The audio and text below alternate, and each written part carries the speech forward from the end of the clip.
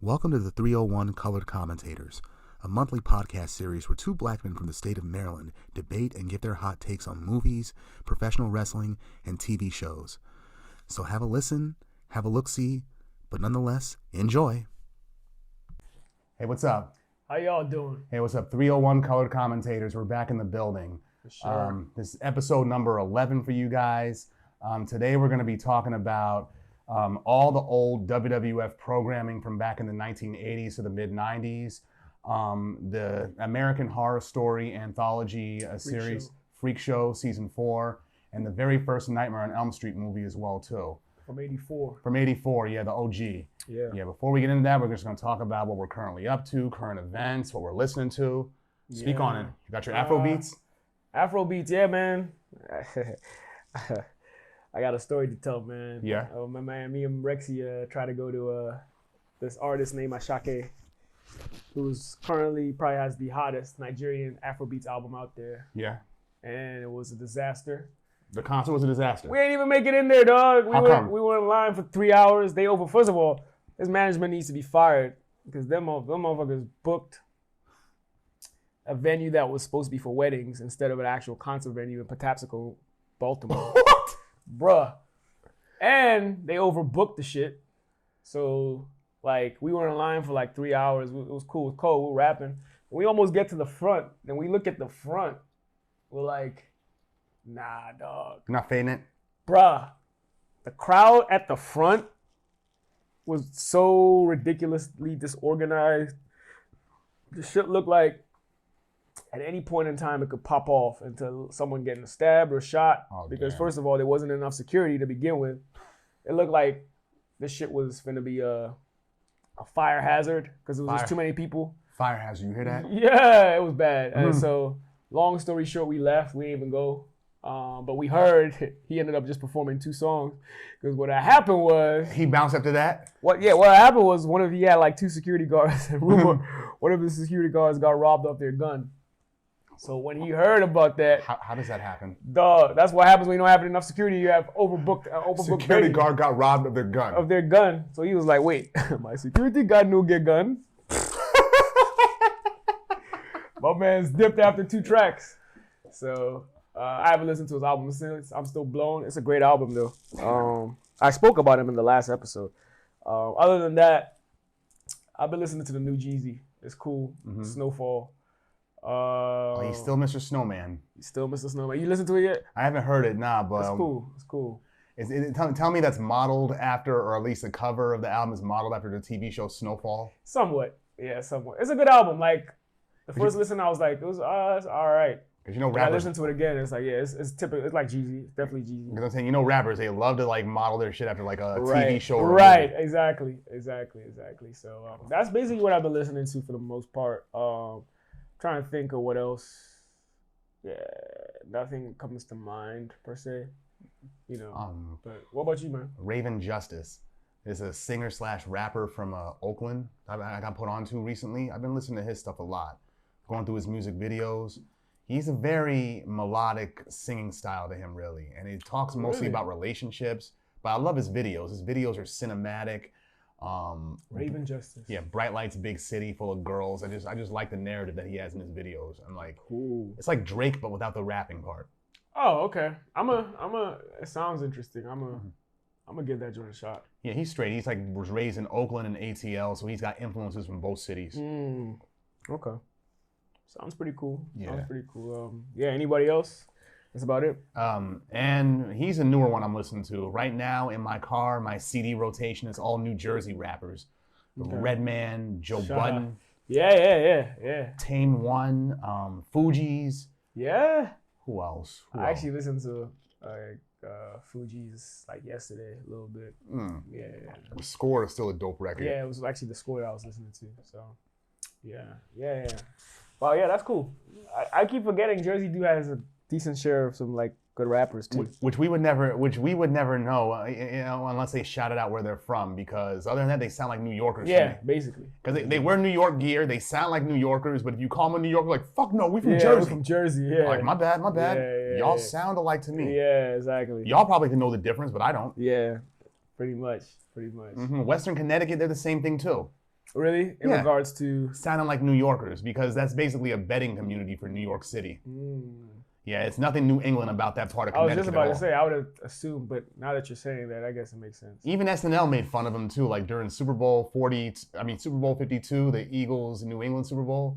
They have all these different cast members dressed up like a state of New England, but when it comes to Connecticut, you're like, oh yeah, and Connecticut, you're our bastard stepchild.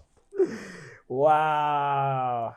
Like, in a sense, they're right. I mean, that's my mother's home state, and I went to school there, Yeah. but that part of Connecticut, it's all New York. You don't find no New England gear there. You're No like Boston that. Red Sox. Interesting. No Bruins. No Patriots. No Patriots. You find UConn and Yale gear, but pro sports, Interesting. they got the Jets, Giants, Nets, Yankees, I did not know Mets. that. Even the goddamn Buffalo Bills get played in that part of Connecticut, and they're damn near Canada. You was up there recently, right? I was up there last month. Last actually. month, Well, yeah. 2 months ago for Labor Day weekend. I remember that. Yeah. That's what's up. Yeah. That's what's up. Had a fun time up there too. Always have fun when I go to CT. That's good. That's good. Yeah. I guess anything else before we jump into it? Nah, nothing else currently. What's it called? Finished Power Raising Canaan book 3. I gotta start that. Still. I just finished watching Rami. Yeah, the ending. Yeah, Rami. I'm gonna get started on that. Yeah, that's a good one. The ending scene of the season finale. It was dope. I loved it. I ain't gonna say what it was. Definitely, you But- gotta check it out then. I was like, okay, Yeah, I'm cool with well this. worth it. Yeah. Also, shout out to my man Fred. Happy birthday! I know Oh yeah, it's his birthday. Yeah. Superstar, Family Matters. Yeah, happy Yeah, birthday. I'm sorry I couldn't make your birthday yesterday, and I mean that because of all the pictures I saw now. Yeah, we went there live. Mhm. We went there heavy. Shout out to Fred, man. Yeah, shout out to Fred Star. Yeah, man, that's bro.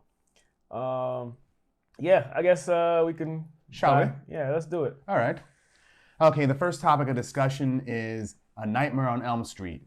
Yeah, written and directed by Wes Craven. It stars Heather Langenkamp. Yeah, the late Wes Craven.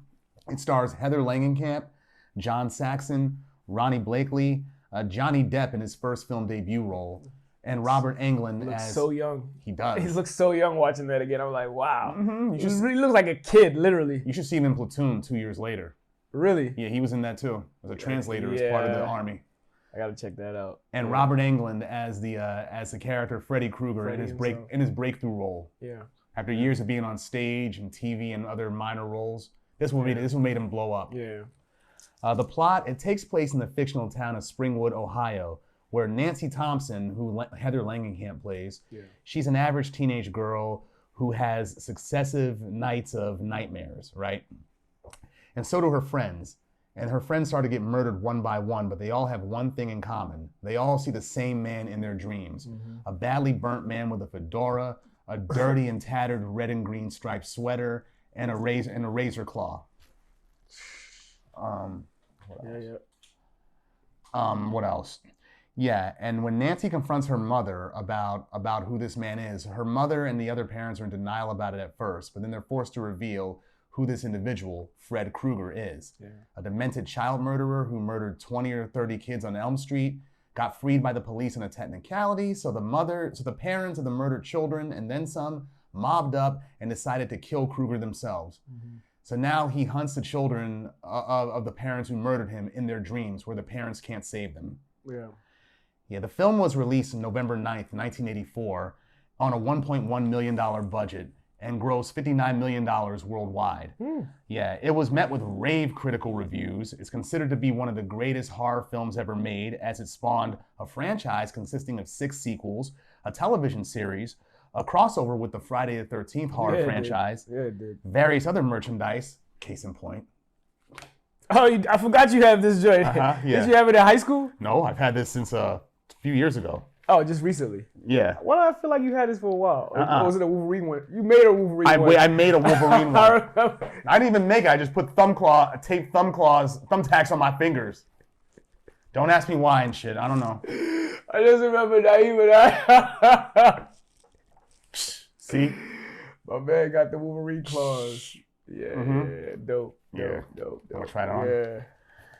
It has merchandise, yeah, and a remake of the same name. that came out in 2010. And despite rumors about that remake with Jackie Earle Haley being Freddy Krueger, It was terrible, man. yeah, he never actually accompanied Johnny Depp to his audition for this Nightmare on Elm Street film at all. That's a rumor. Interesting. Mm-hmm. And also the film company that produced the Nightmare on Elm Street films, New Line Cinema. Yep. They at that point in '84 they were mostly just a film distribution company, and the Nightmare on Elm Street success. It led the company to become a successful film studio up until 2008 when they closed their doors. Yeah. But while they were big, they were known as the house that Freddy built. Word. Word. And the image of Freddy Krueger is drawn from Wes Craven's own life. The image of Krueger himself is based on when Wes Craven, as a young man, he saw an elderly man walking a side path outside of his window home, and the man stopped to glance at Craven, startled him, then walked away. Wow, I did not know that. And okay. And the name Freddy Krueger comes from a bully from Wes Craven's childhood, from his school years. Oh. Yeah. What else? And Krueger was different. Krueger was different than a lot of the other horror icons that were out at the time. Leatherface, Michael Myers, Jason. Because Krueger never wore no mask. No, he didn't. No, and he just had that claw. Yeah, they all did except him. That's true. And he was supernatural too. Yeah, he was. Yeah. So, and by 2021, the United States National Film Registry by the Library of Congress deemed this film as significant enough to be preserved. Wow, it's a big deal. And some other little tidbits about the film. When we first see them in the real world driving to school, when Johnny Depp drives when Glenn drop top. Yeah, the drop top. Yeah, it's California plates on there. If you look closely, it's supposed to be Ohio, and they got palm trees everywhere. I noticed this time around. I definitely noticed that I was like, this is definitely in California, but it's actually Ohio, huh? It's supposed to be. That's the plot wise. Yeah. It definitely screams California throughout the movie. Yeah, actually. It reminded me of what they did in that TV show, the Amazon TV show Hunters. Mm-hmm. Yeah, where the opening shot is like an aerial shot of Chevy Chase, Maryland in the 1970s, but as a waterfront town. I'm like, Chevy Chase is rich, but it ain't that rich. Yeah. Come on now. I mean, I lived walking distance from Chevy Chase as a kid. We both did. We both did, actually. Yeah. It's nothing like that. Nah, not at all. Not at all. And actual Chevy Chase natives should be insulted by that. Big time. Big time. Oh, and in the Nightmare on Elm Street film, the guy that plays Rod, the one who goes to bed with Tina, the blonde who gets cut up in bed. You know what? When I was younger, I didn't realize how exaggerated that sex scene they had at the beginning was. And Johnny Depp's like, morality sucks. Yeah, morality sucks. I'm like, save your life, pal. Dog. Oh, man. Watching it again. Anyway, we'll talk about it, but keep going. Yeah. We'll talk about that in a bit. Yeah. The guy that she was doing in the film, Rod, he's supposed to be Italian-American, the character, but he's played by a Hispanic-American named Jesus Garcia, who in this film is credited as Nick Corey because his agent didn't think that anybody would want to hire Latino actors. Dog. That's wild. It's sad, but it's real. It's true. It's real, but that's wild. Like Benjamin Bratt, his parents are Peruvian, and he has like an Anglo name. Jimmy Smits, who's been on Dexter and on that current show, East New York. Yeah. Yeah. He's half Dutch, half Puerto Rican, I think. That's fucking sad. But he looks Puerto Rican as hell. So it's like, how are you gonna downplay your Latino heritage? It's good. Racism is alive, bro. It's and too alive. What it is, yeah. It's even worse then, because if they had to change their names and shit so they could get gigs, it speaks volumes. Even till today, you still in some industries you still need to do that. Even in just regular civilian professional industries. That's what I'm saying. Yeah. Like some black people got to change their name to make it sound less. To make it so that it doesn't make it so that it doesn't single them out as black. Yeah, sadly. Yeah. So they at least get noticed. Yeah, like Andre Johnson. Yeah. That's a quote unquote black sounding name. Yeah. Or what they say in True Romance, Clarence Worley. That sounds like a nigga name. Yeah, that's it. I didn't know that. These are all interesting facts, bro. All interesting facts. Yeah. So when I first saw the film, it was scary. Me too. Although I saw the sequels before I saw the original. Oh, really? Yeah, I saw the fifth one, the third, and the second film before I saw the original. I saw the original first. Yeah, the original, it was the only one that was done by Wes Craven, who's a master at horror. Oh, he only did the first one, huh? Yeah. Like in that movie Scream, Yeah. or what's it called? The opening scene with Drew Barrymore, where she's talking to the killer. Yeah. What's your favorite scary movie? Right. Nightmare on Elm Street. That the one with the guy with the fingers? Yeah. Well, What about the? He asked another question, and she was like, "Well, the first one was good, but the rest of them all sucked." Well, Wes Craven, he wrote and directed Scream, so that's why he put that in there. Put it in there. Yeah. It's jab. It's like it's a jab. Yeah. Oh, he's not wrong. He's not wrong. When did you watch the first one? The first one, I watched it when I was a third grader back in 1992. I remember my dad, he took me to go to Royce's Home Video, and we got Terminator 2 and the Nightmare on Elm Street one. I saw it. The first time I saw it was in '89. Oh, yeah? Yeah. Shout out to my sisters. They rented the joint and I watched. You know what?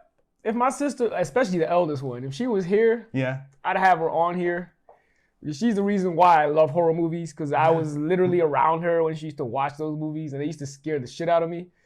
But you got used to them? They made me a fanatic over time. Yeah, they made me a fanatic, and that's why now I can watch some of the scariest horror movies and just laugh. There's some I don't know what it is about horror. Like the horror movie icons, it's just something that's so compelling about them. They're going around killing people, slashing people, but it's like you still look at them like they're so cool nonetheless. No, I've messed with horror movies. Like I'm a big fan still, but it started when I was young. Yeah, look they at my used shirt. to scare me.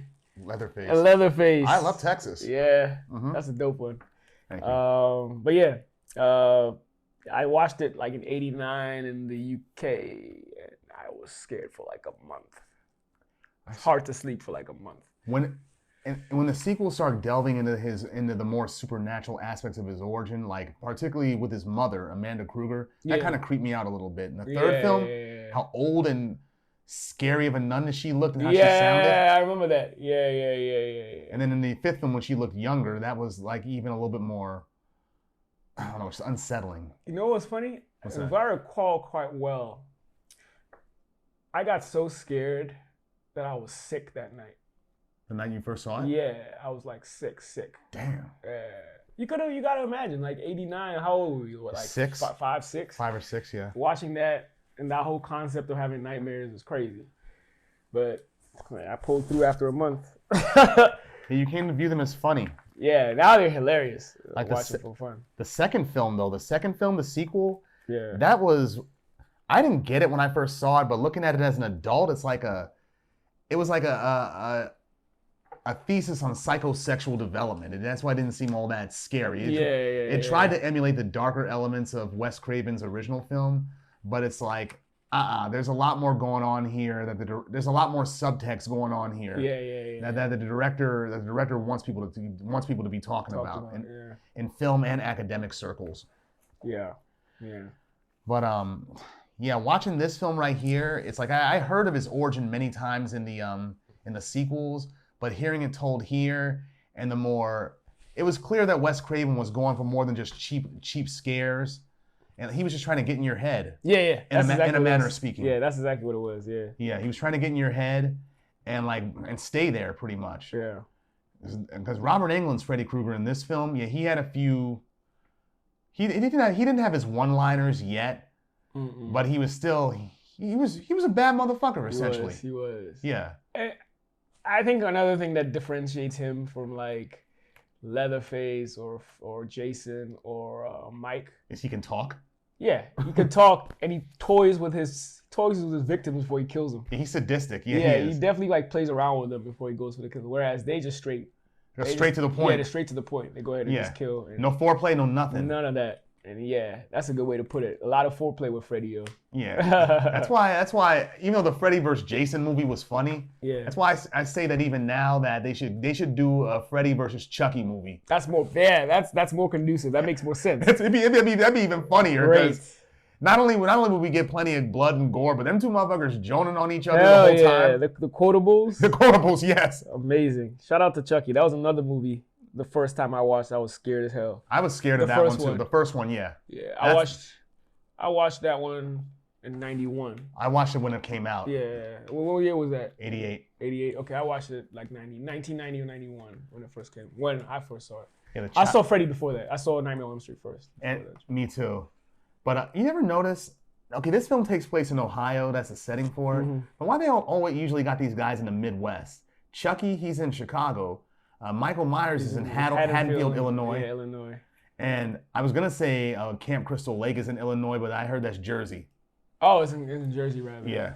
It definitely looks like something would be like in the woods in of the Jersey. Boondocks or something. Or, or like Jersey got some woods. Yeah. Or the Ozarks, that type of shit. That's where Jason seems to be. Friday the 13th seems to be. It looked like it. Yeah. Not just a typical campground. Yeah, exactly. And all these films, well, except for the Chucky films, they all got teen sex as a theme. Yeah, almost as if it's like you're going to die if you have sex as a teen or something like that. Yeah, like when Johnny Depp's character in this film says morality sucks when he just hears his friends talking in the bedroom. It's like, dude, you're not having sex is gonna save your life for most of the film. And then after dude busts and they're chilling in bed, what did she say? Tarzan tames Jane or something like that? I knew there was something I liked about you. I didn't even catch that the first time I watched it when I was younger, but this movie, rewatching it though, I'm not even gonna lie to you.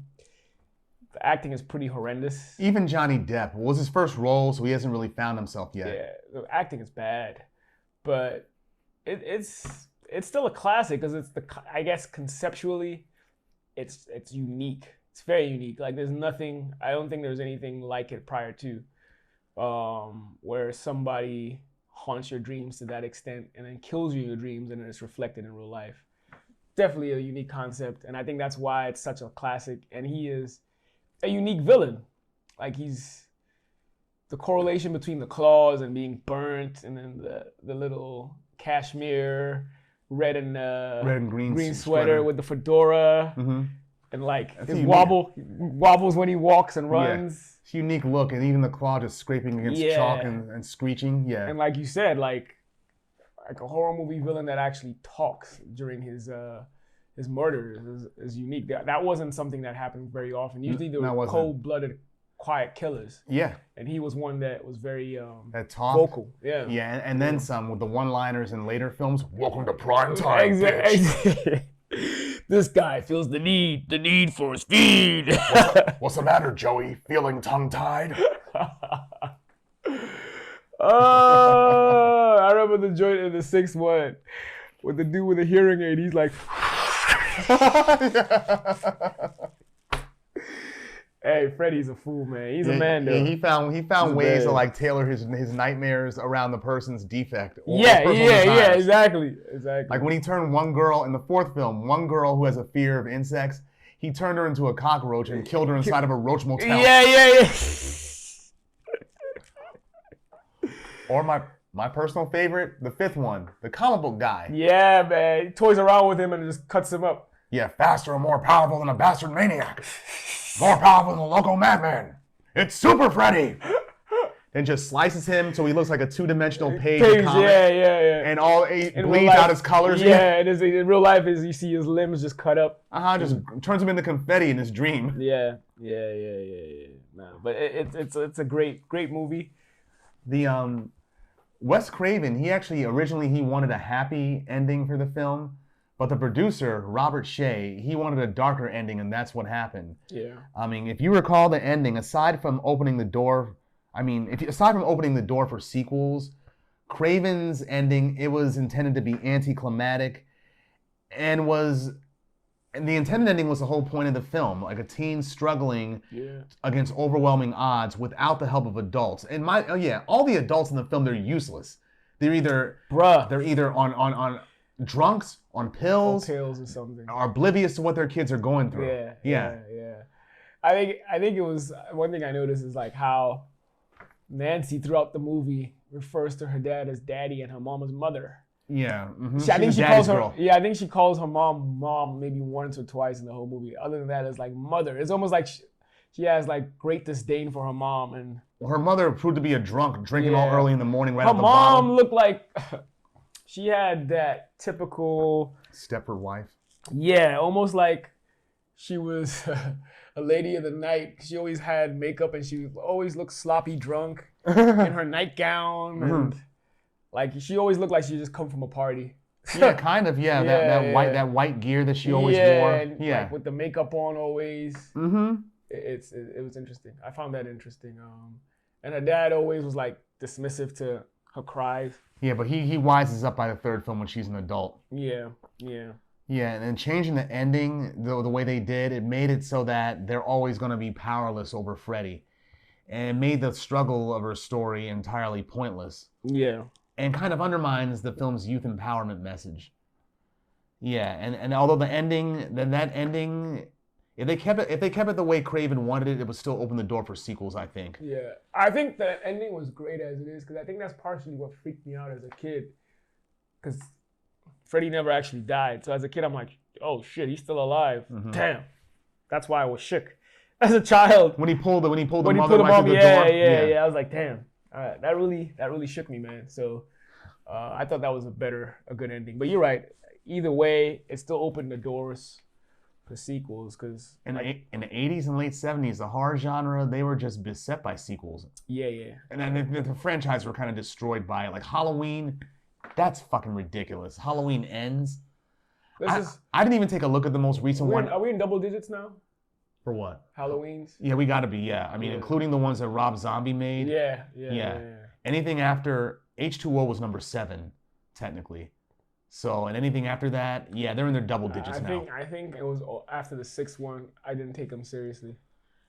H2O, I didn't take it seriously after that. It's like, you don't even look like Michael Myers to me. H2O, was that the one with Busta Rhymes in it? And that was Halloween Returns. LL Cool J was in that one. Okay. Busta was in the other one, the one after it. Mm-hmm. I forget which one that was even called. So do I. Halloween, I think it was Halloween Resurrection or some shit. I gave up too. Yeah. Only person David might know. Yeah, I know David was. Shout out to David, because we used to talk about Halloween a lot. Our friend David's a big Halloween fan. He would know better than us. He would. I remember we used to talk about it. I'd be like, dog, David, how are you still into this? They're taking it too far. He's like, nah, man, I love Michael. I'm like, true. The Shape. Shout out to The Shape. Yeah, man. Yeah, but Freddy, he's my favorite horror icon. I think he's of all my Blu-rays that I got for horror films, he's the only one where I have the entirety of his franchise. I'd say my favorite one is still Michael Myers, but I respect the early Michael. Yeah, the first 2 that Carpenter did. Yeah.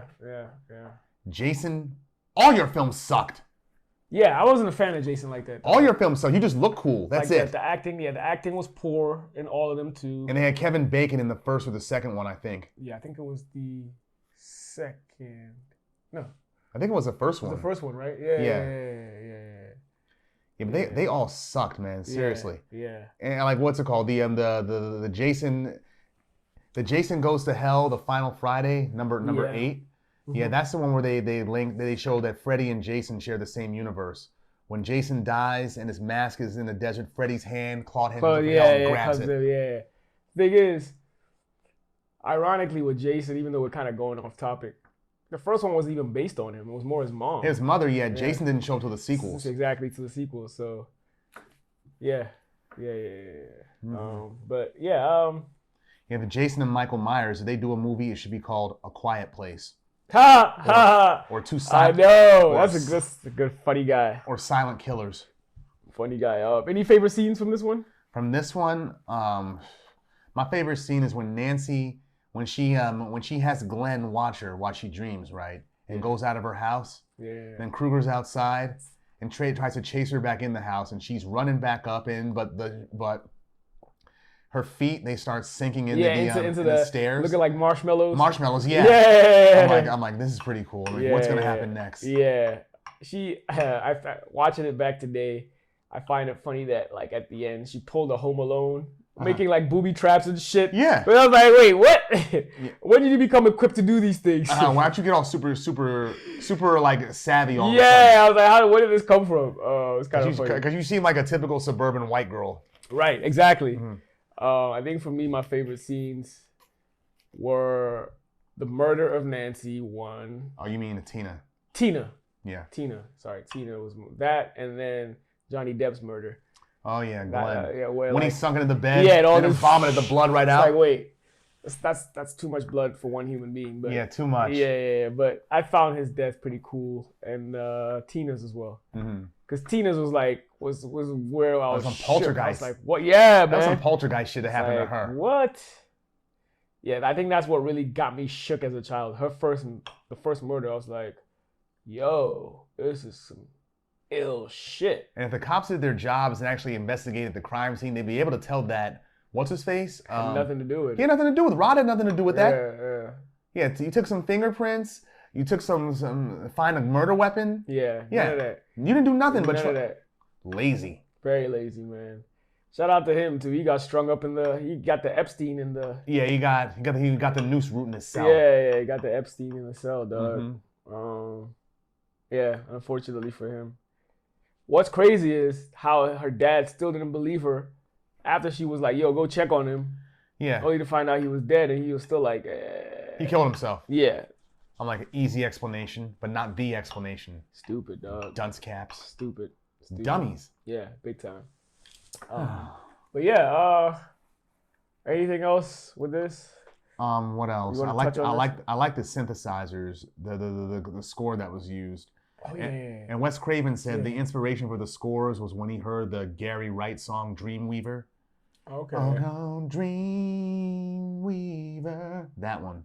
Okay. Yeah, when he heard the opening synths that were used there, it's like that's what I want to.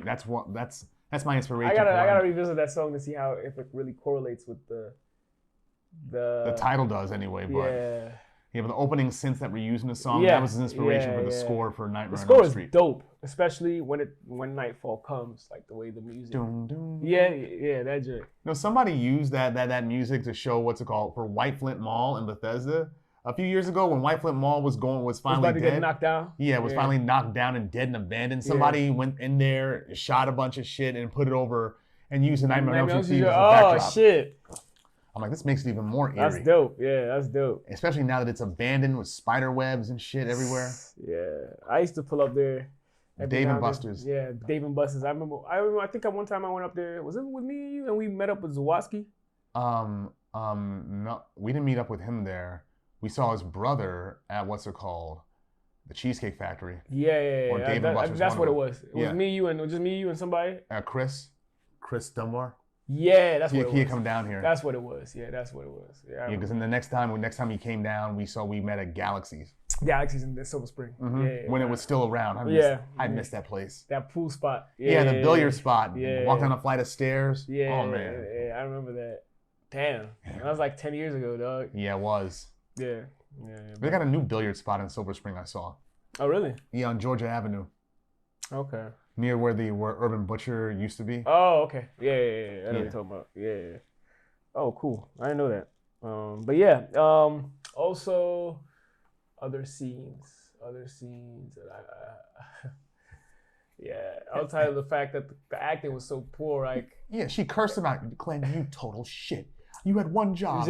You fell asleep. I'm like, lady, shut up. Yeah, seriously, you would have done the same. Like, but. I don't know if I would have watched it for the first time today, if I would like the movie. No, watching it for the first time today, no. Because the acting is so bad. I don't think I would enjoy it as much. And it's not scary to me exactly. At this age. Exactly. It can't stay in my head. Exactly. But I still consider it a classic because it's give this just due. It's like the first Texas Chainsaw Massacre. I mean, that was the first of its kind as far as a slasher horror film goes. Yeah. But even now, I'm looking at it like, this does not scare me. That was the one from the 70s, right? 74, yeah. It does not scare me. It's only visceral because you know these motherfuckers are cannibals. And Leatherface with that mask that we know is from a real person. Him twirling around like that at the end. It's like, wait, what? Yeah. I think, it was a shock value it had at the time. Shock value, yes. Thank you. It's not really that good of a movie. No, it's not. Or scary in that manner. It's not. A lot of them are just low-budget films. Like even Halloween was low-budget as well, Yeah, it was. Yeah, that managed to become franchises. Though Halloween, though, I still, in the deepest of my heart, I believe the gimmick of the Undertaker's concept was taken from Mike Myers. Part of it. The strong, silent type. Like every time, the way he always gets back up. Oh yeah, the way Myers get back up. The first one, and he would just look. Yeah, it's almost even the scene. Well, I mean, we're not even talking about that movie. There's a scene where he kills dude, and then he looks at him like that. And looks at him like that. Like when I think he kills him with the knife on the door. Yeah. And his body is hanging literally. And Mike is literally looking at him, and he's like he's studying him. Yeah, I was like, that's some straight Undertaker shit. Mm-hmm. Yeah. I can see that. I can see that. Yeah, but I might be wrong, but it's just the correlation is so strikingly alike. I wouldn't put it past Mark Calloway, Taker, to be getting the dead man gimmick from some horror movie films or something. Yeah, to have it as some inspiration from those. Yeah. Yeah. I mean, look at Razor Ramon. I mean, that whole image was stolen by Scarface. Yeah. Shout out to Scott Hall, though. Yeah. Even another scene from that movie near the end when him and Jamie Lee are battling and Jamie Lee pokes him in the eye. Yeah. And he falls down and she goes and she's leaning on the couch and you see him in the background literally sit up like the Undertaker and then look at her. And yeah, that's Taker shit. I was like, that's some straight Taker shit, man. But yeah. Back to Nightmare on Elm Street. Yeah. Oh man. But I don't think I have anything else to say about this movie. Let me quickly brainstorm. Okay, the sex scene and Tina and Rod. That's not. Like, people don't do that. People don't have sex like that. No. It's funny as shit listening to it today, dog. It is. It reminds me of the scene in Terminator, the first one. Well, not the sex scene, but like the scene that I think would get Me Too'd if it came out now. Where Where Rick Rossovich, who played Slider in the first Top Gun film, he calls the house and he thinks he's talking to his girlfriend. He's like, "First, I'm gonna rip all the buttons off your blouse one by one. Yeah. I remember that scene. Pull your pants off with my teeth." I'm like, even in the '80s, were girls turned on by that? Because if I pulled that shit now or even in the '90s, I'd be in jail. I'd lose my job. That's funny. Peak. As the English would say, it's peak. Yeah. Rip all the buttons off her blouse one by one. Then you gotta buy her a new blouse, you dummy. Yeah, dog. That's kind of funny. And you can take your jeans off with your teeth. You know how long it's gonna take? Seriously. Yeah. If people had sex like they did in this movie, everybody would know everybody's faking an orgasm because nobody has sex like that. Nobody does. Yeah. It's funny, man. That was funny. But yeah, that's what I have on the film. I mean, the impact on horror. I mean, it definitely influenced like supernatural horror films. Yeah, especially the ones that involve dreams. Yeah, for sure. Does this one have any cameos outside of Johnny Depp? Outside of Johnny Depp, not really. No, right. I think Wes Craven's daughter. Or maybe Craven himself may have had a cameo in there. Oh, in this one? Like a doctor or something. Okay. Yeah. Or maybe it would have been maybe it was a producer. I'm not sure. I'm not certain. Yeah. Okay. Yeah, but the sequels, they definitely had future stars in there. The third film in particular, it had Patricia Arquette and Lawrence Fishburne. Okay, even the dark guy with a little bit of a gut. He played The one who was a patient? Yeah, he played.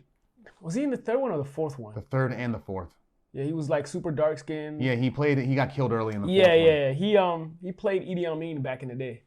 I mean, he looks like he could. Yeah, he played Idi Amin back in the day. So, yeah. Absolutely. Yeah.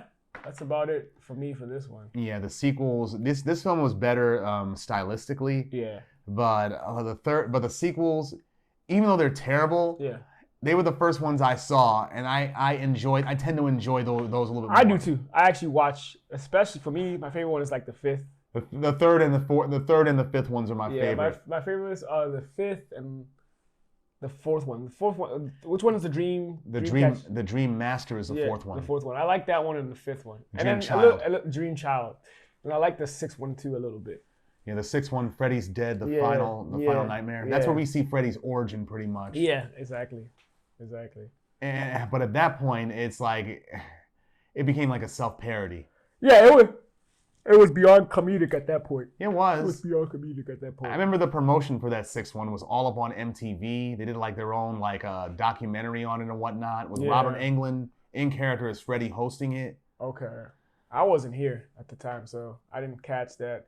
I thought it was cool at the end of the sixth one how like during the credits it had a compilation of different scenes from the first one all the way to the sixth. Yeah, it's like Rocky. It's like a Rocky 5 ending of the credits. Yeah. Like a compilation of different scenes from all the way to the first to the current. To the current one. It's kind of dope. What was it? The second film that's good intellectually, because, like I said, it's like a thesis on psychosexual Yeah, development. you're right. Actually, when you think about it, yeah. Yeah, because the main actor in the film, Mark Patton, who plays Jesse, he's gay in real life. Okay. And a lot of the subtext in the film with Freddy trying to reemerge in the real world through Jesse's body. Yeah. It's like a metaphor for coming out. And a lot of the imagery they use in the film too, like Jesse ended up in a gay bar and seeing his gym teacher there. Yeah, and the gym teacher putting him through a sadomasochistic run back at the gym. Yeah. Oh yeah, I remember that. Yeah. And Jesse always being around that guy Grady, having a love-hate relationship with him. Yeah. To the point where he wants to spend the night. He wants to spend the night with Grady to have Grady watch over him after he freaks out after licking his girl's boobs. I'm like, what's the problem? These are all little subtle. Yeah, very subtle, low key. Yeah. Because at the time, it wasn't like. It wasn't cool. Yeah, it wasn't cool or massively acceptable. Yeah. To come out, but I guess whoever was the director or writer was an advocate for gays, and this was kind of his way of like. And Mark Patton's casting was intentional. He knew about Patton. He knew. Okay. And Mark Patton, he's the only man out there who has, in horror films who has a Scream Queen title. Okay. Okay, so shout out to Patton. Shout out to him for sure. For sure, man. Cool. All right. Yeah, man. Shall I move on? Let's do it. Okay, next topic. Old school WWF TV shows. Yeah. Raw and SmackDown, they've been the flagship TV programs for the World Wrestling Entertainment, formerly the World Wrestling Federation, for the past over 20 years now.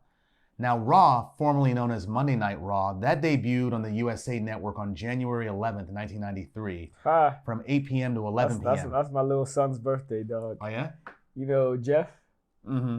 You know Jeff, like my... Your godson? No. Jeff is my cousin Yolande's youngest brother. Did we see him at the joint that we went to like last year, the church joint? Yeah, he was there. He has a beard now and stuff. That's his actual birthday. 93, January 11th. And you were born one day later. Yeah. Your 10th birthday. He's almost like my decennial twin. Almost. Yeah, SmackDown, that originally debuted on the UPN network on April 29th, 1999. Yeah. Both of them, they currently air on USA now, but prior to the current standard of TV wrestling programming, this is how the WWF originally had it. Okay, from what I recall, from Sunday to Saturday, the following TV shows, I don't know if you guys recall, I don't know if you recall as well too, but here's how they went. First was WWF All-American Wrestling, which aired from September 4th of 83 to October 16th of 94. Okay. That was on 11 a.m. on the USA Network. Mm-hmm. Originally, it featured high-card wrestlers from different promotions across the United States, but then after a few months, it just featured WWF talent only. Mm-hmm. By the early 90s, the show mainly re-aired matches from previous shows, segments from other WWF programming, and only had one exclusive match. For most of its run, the series was hosted by Vince McMahon. Then Lord Alfred Hayes became the host. Oh, man. And then Mean Gene Okerlund took over for hosting duties until the end of its run. Okay. I remember that one because that was the first time I saw, back when we were third graders, when WrestleMania 8 was coming out, the promos for Randy Savage and Ric Flair's match. A lot of the shit that we saw debuted there on All American Wrestling.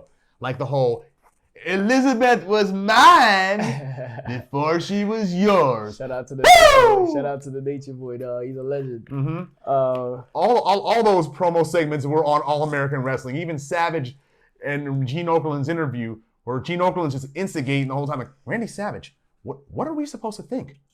What are you thinking? And just what are you thinking, brother? What are you thinking, brother? Well, the picture's untrue. Untrue! Untrue! And he looked constipated the whole time. Dog. Muscles straining, it looked like the veins were popping out of his neck and shit. Savage's promos, when he was doing the serious shit, it's just like, dog, how much have you done? How much cocaine have you done? Yeah, how much have you done today, bro? Oops, my yeah, fault. keep it. How much have you done? Yeah, I think I remember, now that you mentioned Lord Alfred Hayes was one of the main like anchors and commentary. I remember that. I do remember All American Wrestling. Yes. The WWF segment, that is. Was that the one where the lights were usually, it was so dark that you could barely see the fans, and like a lot of it was focused on the ring. Sometimes, yeah, it was like they took it from house shows. That's why it was like Yeah, that. yeah, okay. Yeah, sometimes, and house shows aren't supposed to be televised, but I guess they took certain segments of them out, yeah. and filmed them like Yeah, they would move back a little. yeah. Like what's it called? The one match I saw that I was eager to see for years. We talked about this in a previous segment. The Hart Foundation against the Rockers, when the Rockers beat them for the tag titles. Yeah. That was a bad match, actually, and I see why they didn't want to show it in this at all for years. Yeah. But yeah, that's an example of what All American Wrestling would do. Like take at least one match from a house show and show it there, and make it look like it's exclusive. Yeah, because like I know, and like what they would do in those kind of like the AAW segments, they'll compile certain matches into Coliseum video. Yeah. And then that's how like I'd see some of the matches. That's how I'm like, oh yeah, I remember, because I remember especially Lord Alfred Hayes being He's English. Yep, the main commentator in a lot of them joints. So he was wishy-washy. He couldn't decide whether he wanted to be a heel supporter or face supporter. I didn't like him, but his accent was unique. So. Lord Alfred Hayes. Yeah. Was he a wrestler at one point too? I don't know. I never saw him as one. That's a good question. Something to look into. He might have been like in the same vein as Gorilla Monsoon or one of them. Gorilla, I definitely was aware. Yeah, he was definitely. A lot of his tenure, he was a heel. He was huge. Pause. Yeah. The big wrestler. I think he was well, maybe not the originator, but the guy that popularized the gorilla press. Maybe, yeah, the one that Ultimate Warrior would use. Yeah. I think he's the one that popularized it. That's why it's called that's why it became the Ultimate Press later, but the traditional name is the Gorilla Press. It was always listed as his wrestling move, the Gorilla Press Slam. Yeah. So I think it originated from him. Yeah, that was Sunday. I mean, I barely recall when this went off the air. I mean, I was a hardcore wrestling fan growing up, even as a little kid, but October 16th, 1994, I was a sixth grader then, and I guess Raw and Superstars were my main source of at that point. Yeah. But okay, that was Sunday. Yeah. Okay, Monday before Raw, we had Primetime Wrestling, which ran from 85 to 1993. Very familiar with this one. Yeah, Primetime Wrestling, that was a precursor to Monday Night Raw, and it was a 2-hour long, ran from 11 p.m. to 1 a.m. I had to sneak up in my brother's old room when I was a kid to be able to watch the whole thing, because my parents didn't want me staying up past 9 when I was in elementary school. Yeah, man. But let's see. The program, it featured wrestling matches, most of which were compiled, like you said, from house shows like Coliseum Video. Yeah. And other venues like Madison Square Garden. Yeah. They had interviews, promos featuring WWF wrestlers, a roundtable discussion. Primetime was the one where they'd be in the studio, right? And then they'll just segue to a match. Yeah, they'd be in the studio with like a roundtable discussion. Yeah, I remember that. Yeah. With updates of current feuds. Announcement of upcoming local and pay-per-view events. Exactly. Yeah, McMahon would be in the roundtable. Gorilla Monsoon, Bobby Heenan, Hillbilly Jim or Mr. Perfect. Hillbilly used to be in there. And then Piper at one point was in there too. Rowdy Piper, he was in there. Yeah. Heenan, I remember Heenan was Heenan and Vince were there a lot at one point. Let's back a little bit. Yeah, sorry. All right. Yeah, Heenan and Vince used to host a lot at one point, or it'd be Heenan and Gorilla. They had different theme music, like in 92 through 93. The theme music was like a Jock Jams. I have the MP3 for it. Oh, okay. Yeah, but I'm like, this is the better theme music for Primetime Wrestling. Yeah. And the one segment from Primetime that I do remember the most, well, actually two. One match I remember was the Macho Man when he was WWF champion fighting Erwin R. Shyster, IRS, who at the time was a tag team champion with Ted DiBiase. So you're looking like 92, 93? 92, yeah. It was before SummerSlam of that year. Oh, okay, right before England. Yeah. And then the other one I remember was later that year when what led to Mr. Perfect's heel turn, when Macho Man wanted a mystery partner after the Ultimate Warrior got fired again. Yeah, the Ultimate Maniacs, what they call themselves, with Hogan's colors. Yeah. I knew that. I knew that shit was not gonna last. It's terrible. Ultimate Maniacs. At that point, I was tired of both of them. I'll be honest with you. I mean, their feud for that whole year sucked, and the SummerSlam feud sucked. Like just dead it. Dead it, yeah. Dead it, yeah. And then when the Warrior left, it's like, okay, this is better now. Yeah.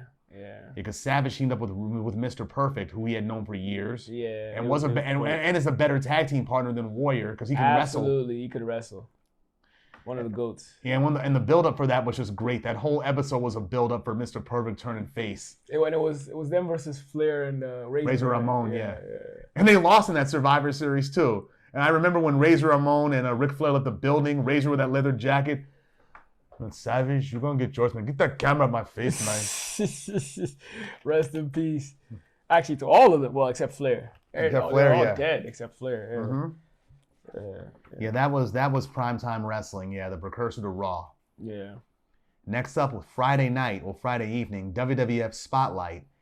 Down here in Montgomery County, that aired on Channel 50, the channel that later became the WB, right? And that was on from 84 to 95. It aired on Friday evening from 6 p.m. to 7 p.m. And the show was hosted by different people. Sean Mooney, Alfred Hayes, Bobby Heenan, I remember Sean Mooney on it. I do.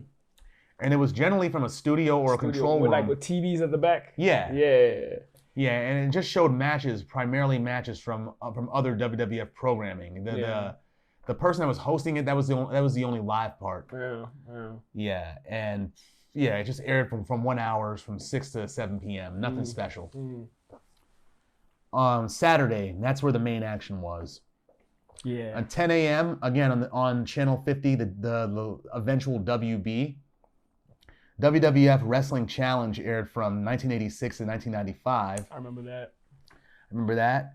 And it featured matches, pre-match interviews, and occasionally summarized weekly events in WWF programming. I mean, the matches that we saw, they were mostly top tier or mid-level talent against jobbers. We would see a Legion of Doom. We would see a Hulk Hogan.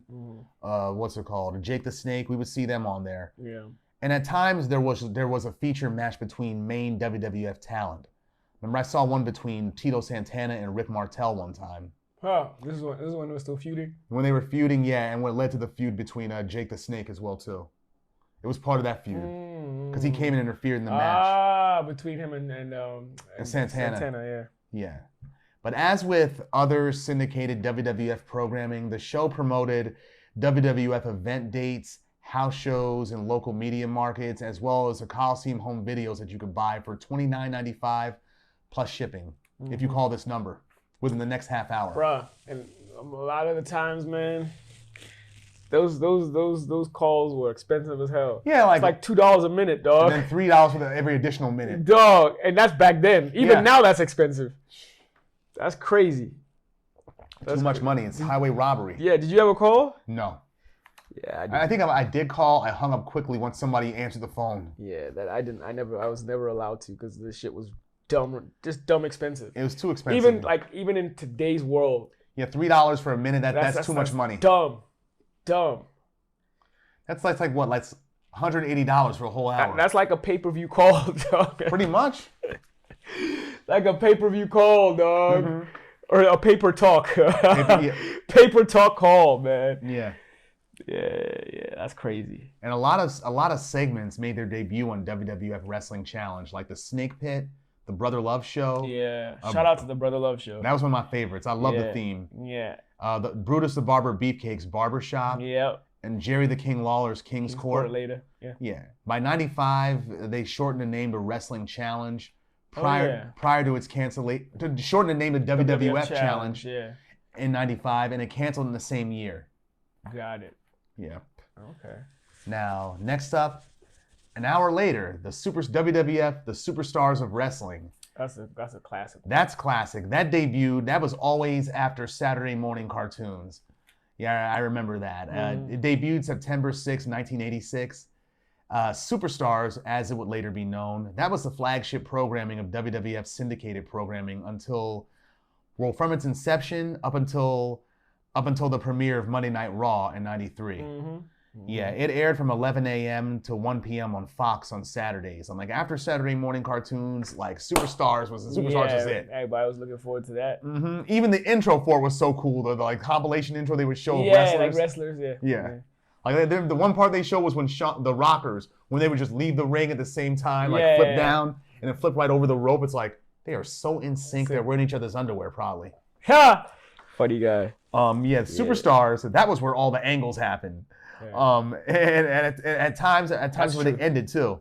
That's true. And a majority of the title changes took place there, if not on a pay-per-view event, like SummerSlam or WrestleMania.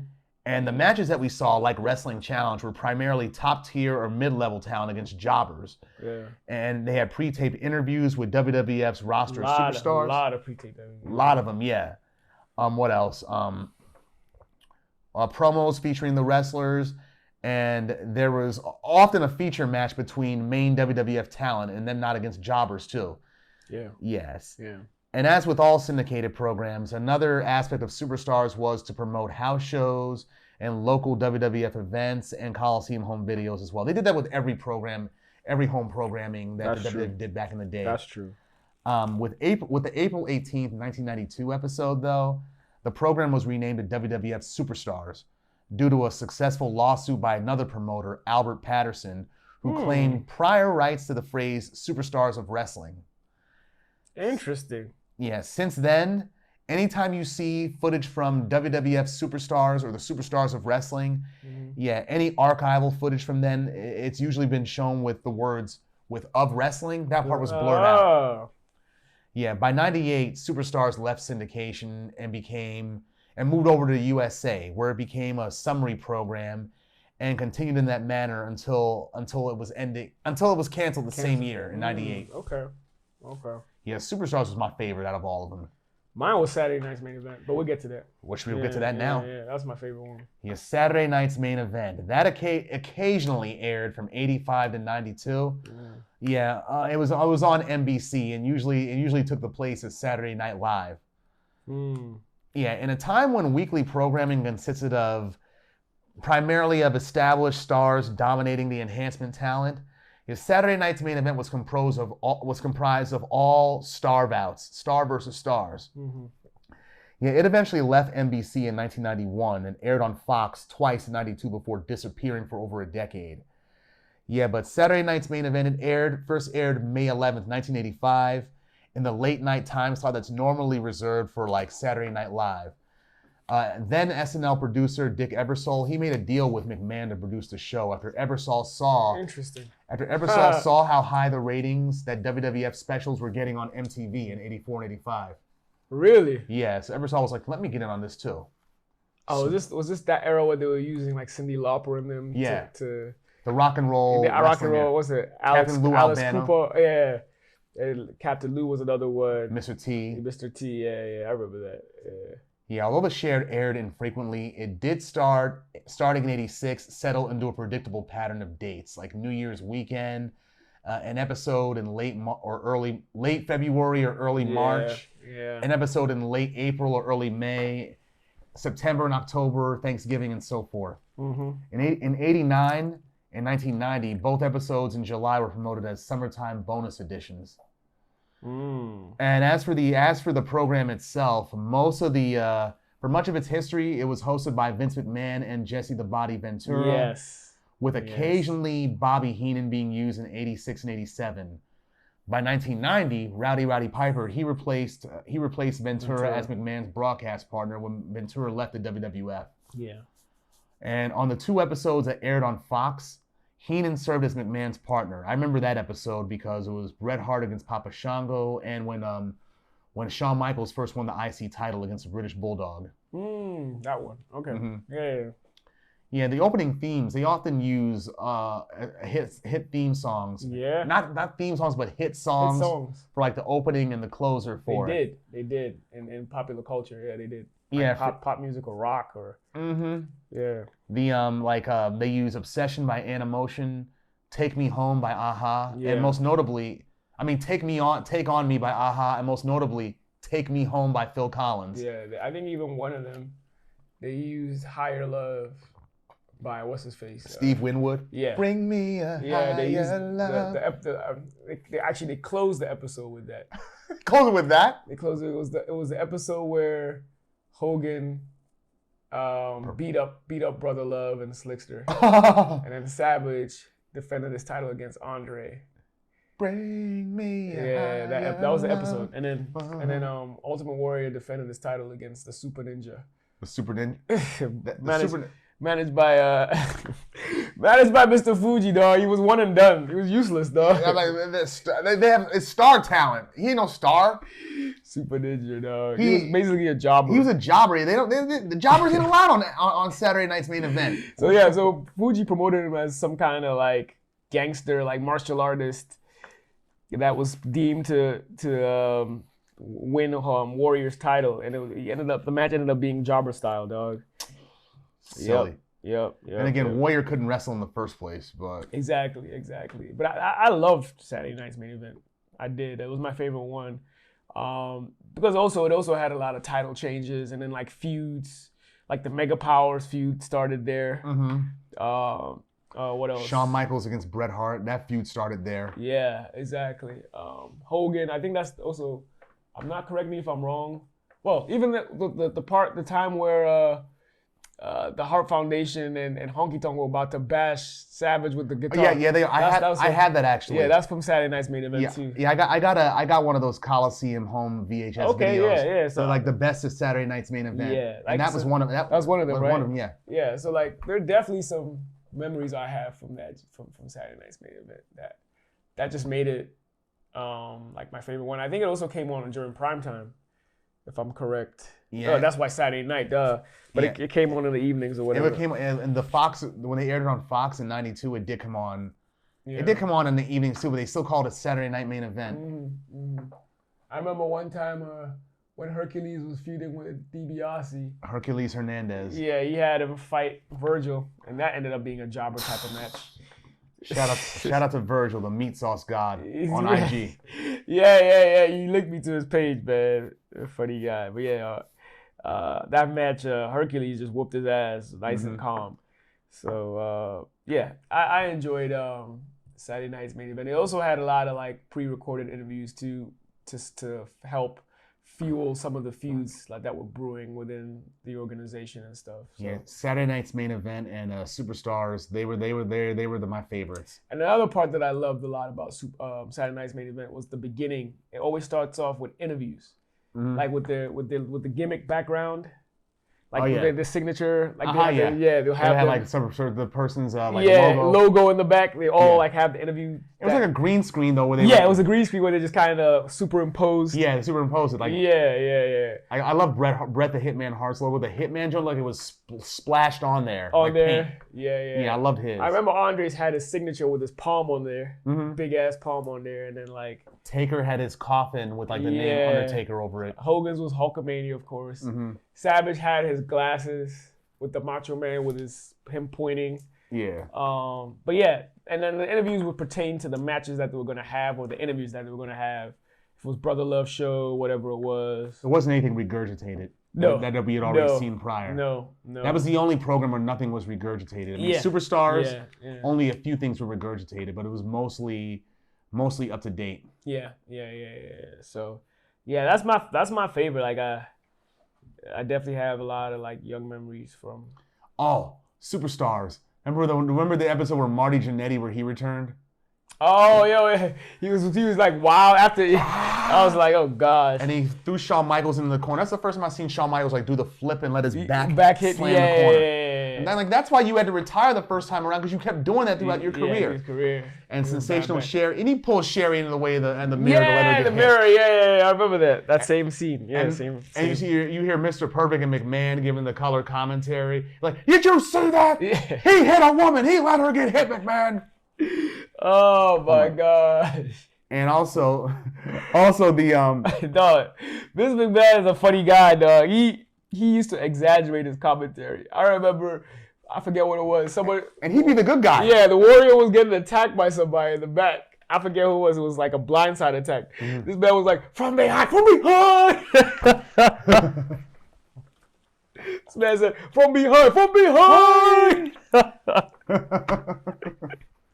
Like I don't understand why you had to repeat it, dog. From behind. For exaggerated effect, like Jim Ross would do it all the time. Yeah. Good God Almighty! Good God Almighty! It killed him. Lord is my witness. He is broken in half. Hey, this is gonna be a slobber knocker. Vince, dog. Vince Anyway, McMahon. Yeah, man. Another one I remember was when Papa Shango, shout out to Charles Wright, put a curse on the Ultimate He Warrior. was throwing up. Yeah. I remember that shit. Look at Shango. He's like he's in another world. Yeah. But man, my favorite Colored Commentator was Jesse the Body Ventura. He made me love wrestling, dog. I'm not even gonna lie. It's probably the reason why I love wrestling so much. Because Jesse was just... Jesse and Gorilla were great together. Yes, Jesse and Gorilla were my favorite, man. Like... it's like they just played off each other so well. It's like... I love Jesse, man. He's a GOAT for me. He's my favorite, man. Yeah, anybody that Gorilla Monsoon got partnered with, be it Jesse, or Bobby Heenan. Bobby was another good one. Yeah, Bobby Heenan was great. Yeah, Bobby was another really good one. But yeah, definitely my favorite was definitely Ventura. Definitely Ventura. But yeah. Do you remember Todd Pettengill? Yeah, he came later. He came later in like the mid-90s when a lot of these programs were dying down. Yeah, he was even became kind of like the guy on Spotlight. Mm-hmm. Or whatever. Yeah. He was on Spotlight eventually. Yeah. I remember him. I remember, yeah, because like I think he left around the time of the onset of the Attitude Era in '97. Yeah, that's exactly right. Yeah, he left around then because I remember the New Age Outlaws. Remember they were making fun of Michael Cole and the Road Dogs, like, "See you, Michael? You look like Pettengill." These guys, man. These guys are funny guys, dog. Funny guys. Yeah. You got anything else to say about any other programs? No, it's just great. A lot of them I didn't watch in real time because I wasn't here. I was like in different places, so like I'd get them pre-recorded and shot and like I'll watch them in a different form of cable from another country where they weren't aired simultaneously with this. They'll be pre-recorded and aired another day. So like this is all new to me, like the timeline of how they aired during the week. Yeah. Because I wasn't here when you know. When it was airing like this. Yeah. So. For me, it was like I'm not gonna say obsession, but it's like I made sure I watched every programming. For sure, no. I would have done the same if I was here. I ain't gonna lie, I would have done the same if I was here. I mean, we had everything. I had everything at that point except for a black box. I didn't get that till I was 11. Yeah, shout out to the black box. Shout out to the Beaver, dog. Yeah, this man was a connect for a lot of people. Yeah. I used to make VHS tapes for people and sell them. Yeah, for sure. Yeah. For sure. Cool, man. Okay. Yeah. Okay, shall we? Yes, sir. Okay, finally, for our final segment is the 4th season of the FX anthology television series American Horror Story, entitled Freak Show. Mm-hmm. Some background. American Horror Story was created by Ryan Murphy and Brad Falchuk. And Freak Show, Season 4, it aired on October 8th, 2014, and concluded on January 21st, 2015. The season is mainly set in 1952 in Jupiter, Florida, and it tells the story of one of the last remaining freak shows in the United States and their struggle for survival. The show was supposed to be an anthology, right? But they got several characters in here that made appearances in previous seasons. And some of the returning cast members are Sarah Paulson, who plays the two-headed Siamese twin, Betton Dot Tatler. Who else? Evan Peters, who plays Jimmy with the lobster claw. Frances Conroy, who plays Gloria Mott. Dennis O'Hare, who played Stanley, the con man. Who else? Emma Roberts, who played his partner. Maggie Esmeralda, who pretended to be a fortune teller. I saw her. I remember one of the episodes, yeah. Yes. Kathy Bates. She played Ethel Darling, the bearded lady. I remember her. The bearded lady and a Baltimore accent, too. Yeah. She even said she's from Baltimore. I'm like, I knew I recognized your accent. I knew it. It's funny. Yeah, keep going. No, we'll go. Danny Houston, Jamie Brewer, Mare Winningham. Mare Winningham, she's a Brat Pack member from the 80s. She was in St. Elmo's Fire. A lot of those films. All them films back then. Yeah, okay.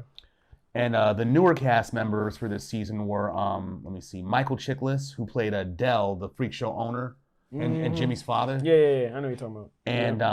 And Finn Whitrock, Yeah, Ben Wolf also returns to the series, and this is the first season that's not strictly anthological, like we said. Yeah, you're right. Yeah, I noticed that too. Like some reoccurring characters throughout the season. Yeah, like the Dr. Arthur Arden, who was in the mental hospital that what's her face gets taken to. I forget her name. Yeah, he was in Asylum. Yeah. During the second season. Oh, he was in the second season. Okay. Yeah. I see. Like its predecessors, Freak Show, that was met with positive reviews. The ratings were strong, like 6.13 million viewers on average. That was the most watched season of the series. Really? Yeah. I remember the promotion for it a lot because a girl at my job put me onto it actually. When she showed me the clown, the clown with the clown mask. And we see why he wears that clown mask later. Yeah, that was freaky as hell. Very freaky. It even surpassed Coven, which was the highest rated installment up until that point. I see. What else? The show garnered the season garnered 20 Emmy nominations, the most of any season of American Horror Story to date, including Outstanding Limited Series, and it got 6 acting nominations as well for Jessica Lange, Dennis O'Hare, Whitrock, Sarah Paulson, Angela Bassett. Angela Bassett's on there too. She plays like I peeped it. She's there. The 3-titty lady. Yeah, she's there. Even what's her face? Patti LaBelle's in there. As Dora, the maid in that rich kid's mansion. And the girl from Precious is even in that joint. And Gabori Sabiti. Yeah. Mm-hmm. And even Theo Huxtable. Yeah, he's in there. Malcolm Jamal Warner. Yeah, he's in there too. Yeah. The let me see. Sarah Paulson, she won the supporting actress in a limited season in the Critics' Choice Television Awards. And also Heather Langenkamp made an appearance in the 9th episode. Nancy. Yeah. Nancy was in there. I saw that. The Tupperware party episode. The massacre. Yeah. Yeah, where they're all those bored housewives are getting fingered by Jimmy's claw. Dog, I didn't even. What channel does this come on? FX. Because it's very sexual. I'm like, wait, how does this shit coming on TV? FX. Look at Snowfall. Look how that is. Yeah, but Snowfall don't show this. They show sex. Yeah, but they don't show like nudity. This shows ass cheeks and shit. I was like, wait, this is supposed to be on HBO or something. It should be, but it ain't. And like showing like women peeing on. I was like, wait. I was actually shocked. I wasn't expecting that kind of. I mean, not that it's like it freaked me out or anything. I just wasn't expecting. Not what you were expecting. That form of graphic display on something from FX. But yeah, FX is becoming like the new HBO. Yeah. The season's theme, discrimination, it's underlined by depictions of physical and mental abuse towards the freaks, both inside and outside their circle, and their struggle to survive economically. I mean, how many people still go to freak shows? Dog, I actually saw when I went to California. There's actually one on Venice Beach. Yeah. Yeah. So they still have these kind of, and they have like, it's basically people that are like physically deformed with physical maladies. Exactly. Not exactly doing tricks. Right. It's actually, the theme is similar to this. Yeah. You pay to go into the little fucking pay to look. It's almost like a haunted house type of layout or whatever. You pay, you go in and you see the different freaks. House of Wonders. Yeah. But there's definitely one in Venice Beach. When I was there in 2015. I went to one actually in when we were in 10th grade back in '98. Yeah. The church that I was with, Pilgrim Baptist Church, they would take an annual trip to York, Pennsylvania, to like an event called the York Fair, right? It's like a lot of it's like a county fair kind of sort of, right? Okay. And you get bob for apples, get fried vegetables. They had comic books there, stuffed animals, all kinds of stuff, right? I went with Sean, David, and Lois. Okay. Yeah. And I remember, what's it called? We went to a house of freaks that was at the show as well too, like the world's longest snake, the world's fattest man. They had that there, huh? Yeah. Cool. Like for a church trip, that's interesting. Yeah. I also noticed certain things. I was like, the track that What's-Her-Face performed was from Lana Del Rey. It's supposed to be 1952 as well too, and they take all these modern contemporary tracks. And I was like, wait, that's how I realized, it's 2014. That's when that album came out. Right around then. It's kind of reminded me of what they eventually did on Lovecraft Country. Yeah. Yeah, like it's supposed to be a past setting. But they're using modern music. Yeah. Yeah. I heard of like Evan Peters, the Jimmy. I heard a cover that he was doing of Nirvana's "Come as You Are." Yeah. Exactly. So yeah, the same thing with that. Exactly. There you go. Like she did the Lana Del Rey cover. And in Lovecraft Country, they used Lady Marmalade for one scene. Yeah. So, I mean, it's cool though. Yeah, it's cool. I did like what I saw. Yeah. So many things are worth discussing. The freaks, the nature of freak shows. Yeah. The violence and horror that's displayed in the show. Yeah. Absolutely. Like look at some of the freaks that they got. They got Ma Petite, the Indian girl, is the world's smallest woman. Yeah. In real life too. Oh, she is still, huh? Yeah. Matt Frazier, who plays Paul the Illustrated Seal, those are his limbs in real life. Is that the one with the? Like it's his little hands. Yeah. He has thalidomide-induced phocomelia, malformed limbs basically. Okay. The person playing Amazon Eve, that's a male to female transsexual in real life. Ah, okay. Yeah. Okay. And they all have and each of them has some kind of physical maladies, like Elsa Mars, the German proprietor of the freak show, played by Glenn Close. Mm-hmm. Or did I say Glenn Close? No, yeah, was Glenn Close in the show? No, Jessica Lange. Jessica Lange, I'm sorry. Was she the one that performed the music? She performed the music and she hosted the freak show. Yeah, and the one she had no legs. Was she the one? No, that's a different one. The one that was the nurse to the Siamese twins in the first episode. What was her name? That wasn't her. I forget her name though. No, I'm talking. She's the one that performed the Lana Del Rey though. That one. I forget her name. Yeah. No, but keep going. I cut you off. Yeah, Elsa Mars. Yeah, she has like no legs. Like you see her by herself, she just takes her legs off. Oh, I remember her. Mm-hmm. Yeah, I remember her. Yeah. What else? Yeah, I do remember her. Mm-hmm. Angela Bassett's character got three titties, 3 breasts, like that lady from Total Recall. Total Recall, yeah. Jimmy's got lobster hands. She keeps getting mad at the dude because he keeps busting too early. The Del. strong dude, the Del. strong dude, yeah. Played by Michael Chiklis from The Shield, and he was on The Thing in the first 2 Fantastic Four movies. Abysmal shit, by the way. Ha! Yeah, he bounced back with The Shield, and here. He said he didn't like playing this character at all, saying it was a dark period of his life and he didn't like what the character was since he's not that guy in real life. Yeah. That's like 50 Cent saying that he didn't like playing Kanan. Well, Kinda, yeah. Yeah. Because Kanan was a real bastard on Power. Yeah, he was. There's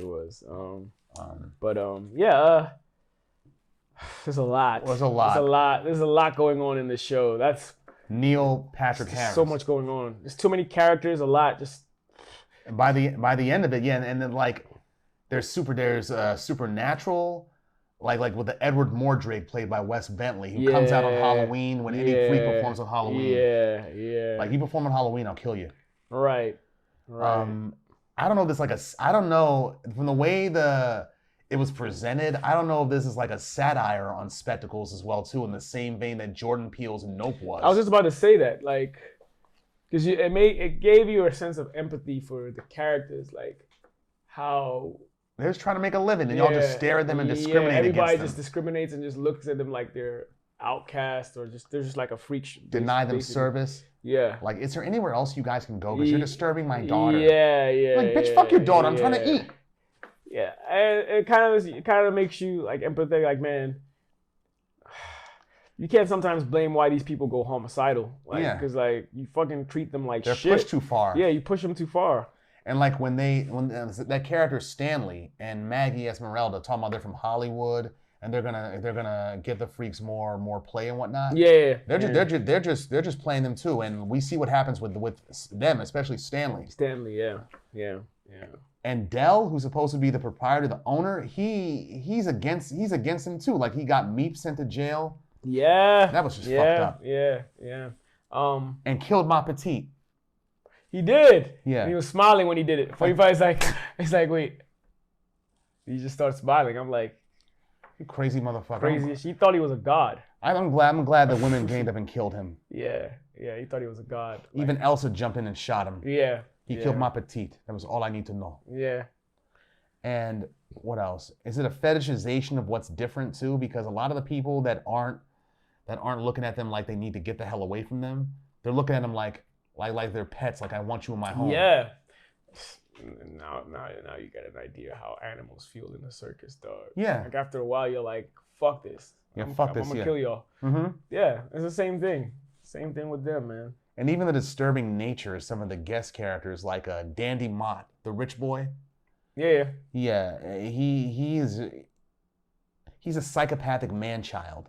That's what he is. He is. That's the best way to put it. His mother enables him, and Dora, played by Patti LaBelle, the maid, black maid, is the only woman who's not afraid of him. Yeah. She eventually gets killed, though. She does get killed. Yeah.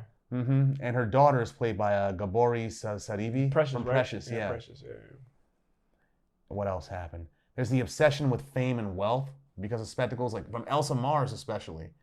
Because we see what happens with her after she leaves the freak show. She gets everything she wants. Yeah. Even back to the dude, that rich guy, he started bathing in blood. Is that what he was saying? Oh, yeah, Dandy, yeah.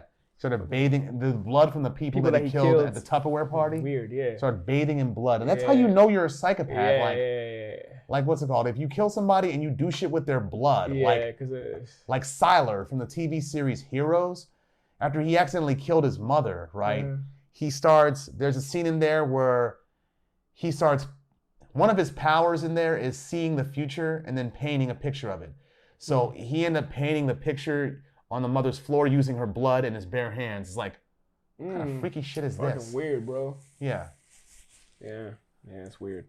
What else? Exploitation, even by one's own. Like Elsa exploited the freaks pretty much. Yeah, a lot. Yeah, a lot, very much so. Repressed sexuality. Dell, he's secretly gay. Goes to that bathhouse. Yeah. That's true. Even the tribalism of these freaks, like how they stick together and take up for their own, like revenge. Revenge against Stanley after he got found out. What they did to him. That's true. Dell, and even how they tried to get Elsa later on too. Yeah. Yeah, man, a lot was going on in this series, man. It was hard to keep up with at first. Yeah, at the beginning I was like, dog, there's so many characters, but then kind of follow a bit. I wasn't expecting so much to unpack, but yeah. But I kind of understand why it was followed so much in Arousal, because it was just a lot of characters with interesting stories. And they kind of like to some extent intertwined, and they did, yeah.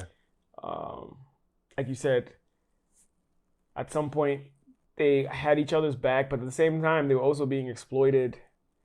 And they just couldn't. You got the sense that they weren't free. They weren't free. No, it's like Elsa got them out of bad situations. We saw, so they kind of felt indebted to her, like they couldn't leave. Yeah, but in reality, she was more or less exploiting them, right? Yeah, she's more or less exploiting them for her own benefit. Yeah. And treating them badly at times too. Yeah.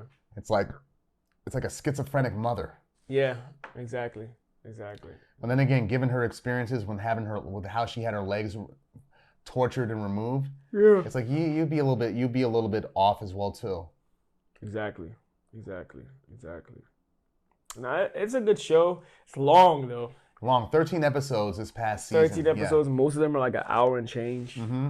But if you get through it, you'll appreciate it. Stick with it. Yeah, you'll appreciate it. You'll understand it. Yeah, for sure. Any characters that I guess were your favorite or stood out to you or whatever? I did like Jimmy because of how take charge he was. Yeah. And Pepper, the one with the microcephaliac, the one with the. Oh yeah. I like her. She appeared in Asylum. Oh okay. Yeah. Yeah.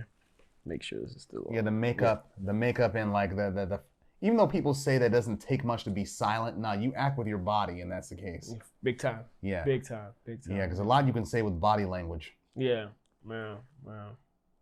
Yeah, it was gory, pretty dark. Yeah, it was definitely gory, but it was dark. But I mean, it's a Michael horror story. Yeah, and like all horror, and like a lot of horror, like a lot of good horror stories. Really, they're making a point about society. Really. Yeah. Yeah, this one about about discrimination against what we don't understand.